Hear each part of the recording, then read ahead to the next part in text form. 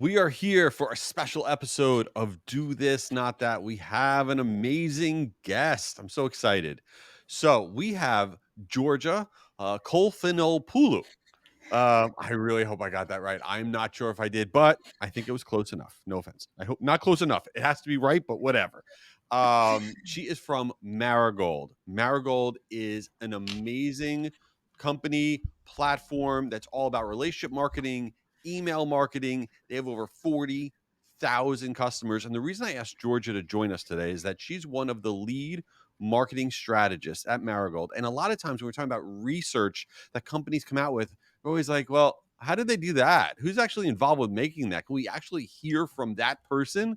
So I was like, Georgia, you got to come on because she is the person working with her research team that's actually getting all of these trends and information together. And we're going to be going over some great stuff today. So, Georgia, welcome to the podcast.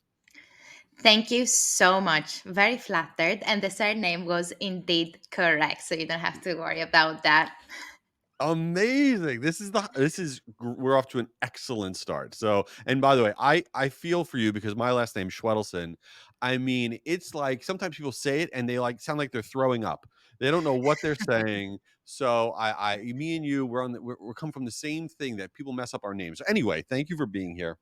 So before we get into some of these really cool trends and consumer trends that your research is finding, tell us a little bit about Georgia. How did Georgia become Georgia? Where are you? What's going on? Absolutely. So, again, super excited to be here with you today. A bit of a background information on me. Originally, I come from Greece. I moved to London around 6 years ago, and I have been with Marigold for over a year and 9 months almost. Yeah, as you said, my main role there is marketing strategist. So I advise our clients when it comes to their marketing strategy. And also part of this, because always we need to be very, very informed on how consumer behavior and how different changes are affecting specific sectors and verticals. I'm also leading the market research within Marigold. My background stands with CRM, e-commerce and retail, which is one of the things that we're going to talk today. So kind of, in my nature. But yeah, this is who I am. I love it. And it's really great to be able to do market research and have such an extensive customer base to be able to tap into at Marigold. So I think that that's why I really rely on a lot of the trends that you all come out with. So we're going to go through some different trends that you're seeing, and I just want to get an understanding of like what does it mean and where are we all headed. Okay, so one of the ones that I saw that in the trends report, which we'll make available in the show notes and all, that I thought was super interesting was where it said 85% of people say their favorite brands treat them like an individual. Was that, like, surprising to you, or is that kind of where we are now, where everyone wants to have customized marketing communications to them?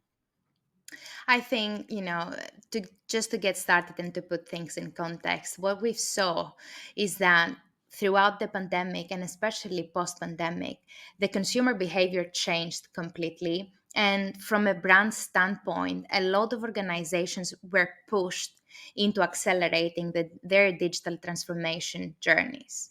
The reason for that was that we had to, as consumers now, adapt into an online world for a very long time. So we learned and we adapted and we understood what makes a great customer experience. And a very big part of a great customer experience today is personalization. And I don't mean personalization by, only on an email instance saying, oh, hi, Georgia, open for your offer. We are talking about, deep curated feeds, products based on consumer behavior, past purchases, and really what we see now and what consumers want is exactly what you said. They want it to be treated as individuals because they understand that, of course, their data holds specific economic value to businesses. Therefore, it's time for them, to get the best possible outcome for their experience as consumers too. And, what's really interesting about that, and what I took out of that statistic specifically, and you tell me if this is wrong, is that you don't need to send everything to everybody. And one of the ways that you treat somebody like an individual is say, oh, this offer is good for these people. This offer is good for those people. Whereas I think in the past, we've been like, all right, let's just send this to everybody and let's just hope it goes well. Because one of the other statistics in the report that I saw was that 51% of consumers have been frustrated by irrelevant content or offers in the past 6 months. Does that all tie together? Is that what it means? Like you don't send everything to everybody? 100%. I mean, we are right now at the point where, the blast communication strategies are almost, slowly dying out because, again, consumers, first of all, they don't have enough time in their hands anymore to go through mass tons of information and find that one specific item or that one specific offer that might be useful to them. So we're starting from that. And then also, it's really important to understand for brands that if somebody has a certain behavior over time, so let's just say as example, if I buy from brand X only jeans for over 2 years, but then this brand keeps on targeting me with generic content that includes bags and sweaters and shoes, at some point I will be very fed up and say maybe I don't need to read your emails anymore. Perhaps I'll keep on shopping with you because I like your jeans, but I don't like your communications. Therefore, that brand X is missing out on a very, very important channel where you have the opportunity to personalize in depth based on both, demographic data, which is the all time classic, but also behavioral data. When did I last shop with you? When did I last click in one of your offers? Is there anything else that I might be looking for, which might be a bit hard for me to find? And the other thing to think here is that, time is of essence and time is money, right? So the easier you make the access to preferred products and services for your consumers, the better and the more impactful for your overall, customer retention, revenue retention as well. So that really is super interesting to me because as a putting my marketing hat on, when I think about doing segmentation, I'm always thinking about it from the perspective of I'm going to segment so I can get more people to buy this product or react to this offer. I'm not, but now I will, thinking about segmentation from the recipient's perspective where are they enjoying what they are receiving and will they then feel more connected to the brand moving forward? It's almost like you have to change your mindset of it's not just about getting your offer sold, it's about creating this experience that's really good for the recipient.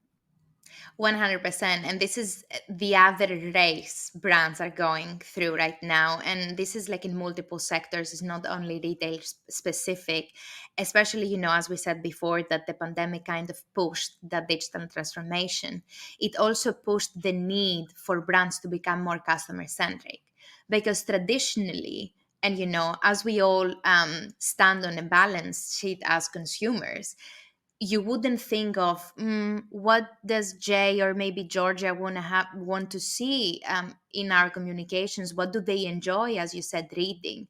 But now that things changed so rapidly, it's more and more evident the need of customer centricity and of course taking other variables that sit outside the traditional, if I may, segmentation efforts, which is again, where do we click the most, what do we read the most, with what type of content do we interact, and of course most importantly, where do we interact with that content? Because email is one channel, but some people still love their SMS text messages, and some others might want to say, you know what, I love push notifications because they are immediate and my inbox is very crowded. So you see that there are very different variables right now that brands need to consider to go back to that initial point where we were discussing, make consumers feel like they're actual individuals and that they value um, in the in the brand that they're interacting with. Yeah, it's a total mindset shift, and I got to work on that. I personally have to work on that. I'm going to work on that. So There was another set of data in the report that I thought was shocking, and I'll tell you why. So you've done this report for many years, and there's this stat in there that says 63% of people will pay more to shop with brands that they're loyal to. Now, the shocking part was that a year ago it was 59%. So it went up from 59% to 63% that people pay more to shop with brands that they're loyal to. And the thing that was shocking to me is you know, inflation and costs of goods and all this stuff, people have less money in their pocket than they did a year ago. And yet, from your report, they're willing to spend more money on stuff that just because of their loyalty. Is that surprising? I think it comes as a surprising fact to brands that they never, kind of invested heavily in their loyalty programs and in the loyalty value propositions.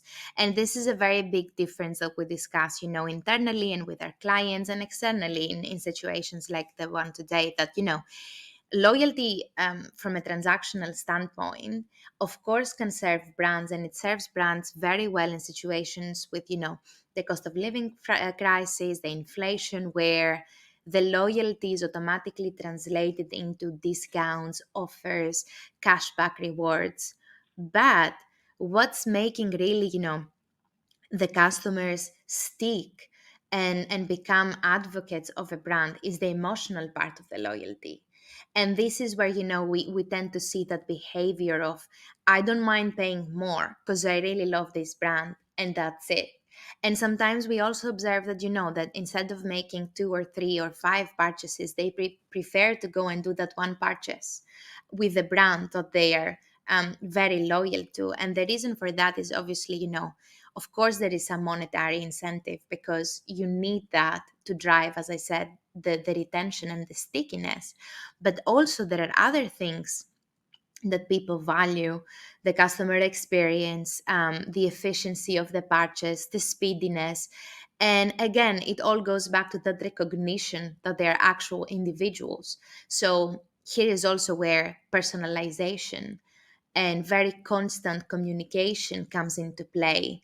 And there are, of course, different variables, but the result is exactly what you said, that people, they are at the point where if they value a brand, they don't mind about, the $5, $10, or even $20 that it might be more expensive than some other competitor brand that they've never tried to buy from. And I think you touched on something that's really important because a lot of listeners, they may not have a loyalty program, and maybe that's beyond what they're able to put in place. But you can create loyalty without having a super sophisticated program because you mentioned recognition.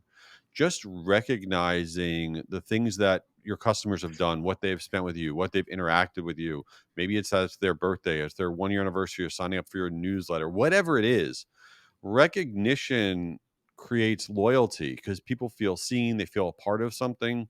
So don't just take loyalty that, oh my God, I got to have a whole points program and I'm not an airlines. You don't have to have that to create loyalty. So let's shift towards the last segment of this crazy podcast. And I didn't tell you beforehand that we were going to do this, but that's what this podcast is. So the segment of this thing is called Since You Didn't Ask, where we talk about things that have nothing to do with anything work related or whatever. But here's my question. You seem like a very smart person. You seem like an intellectual because you do research and stuff. And I am the opposite of that. I am not an intelligent or intellectual type person. And I'm saying that because I watch horrible reality TV. And I'm wondering, do you like only watch like The Crown and Masterpiece Theater, or are you like watching really bad stuff too? Yeah, so that's a very interesting topic. I don't only watch The Crown. I actually binge watch in like more than I should. Law and Order is one of my Oh, favorite things ever. And the other thing I started watching because, of course, I had to, become a bigger part of the British culture is a soap opera that they have here. It's called The EastEnders. It has been oh. playing for an insane amount of years, of course, with different actors as it goes through. But I like to spend some time throughout the day to just binge watch some stuff that don't make me think. I And I like do that. watch. The Office, the American version, in repeat, always. There you go. And did you see this week they came out with an announcement they are rebooting The Office and they got a slew of new actors and whatever and actresses. It's going to be amazing. And it's very interesting to me that you live in London yet you watch the US version of The Office. What's wrong? Why don't you like Ricky Gervais? What's going on? I love him. He's one of my favorite comedians. However, I don't know, for some reason I just stuck with the US version and I just keep on going back and back to it. And honestly, I love it. Yeah, it's the best. I feel like I am Michael Scott, sadly, but that's okay. All right, so let me tell everybody, you will be able to go in the show notes and download Marigold's Consumer Trends Index Report. It is amazing. Everything we talked about today and a lot more is in there. You could also go to jayschwedelson.com/marigold. It is there. It is free. It is comprehensive. And we're going to put Georgia's LinkedIn in the show notes. You should connect with her. You should follow her because she's really smart and shares all sorts of cool stuff. Georgia, any other final words for humanity here? Any final words for humanity? Yeah, I think my final word is I think what you said before, that you don't really need a very robust solution to create loyalty if you cannot afford it, because not all businesses are of the same size.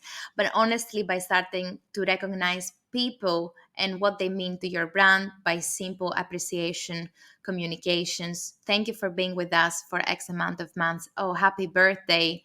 Get like a special gift. I think it goes very long way, and it's a very good start and foundation to start building that loyal customer base that you need. Amazing. Love it. Completely agree.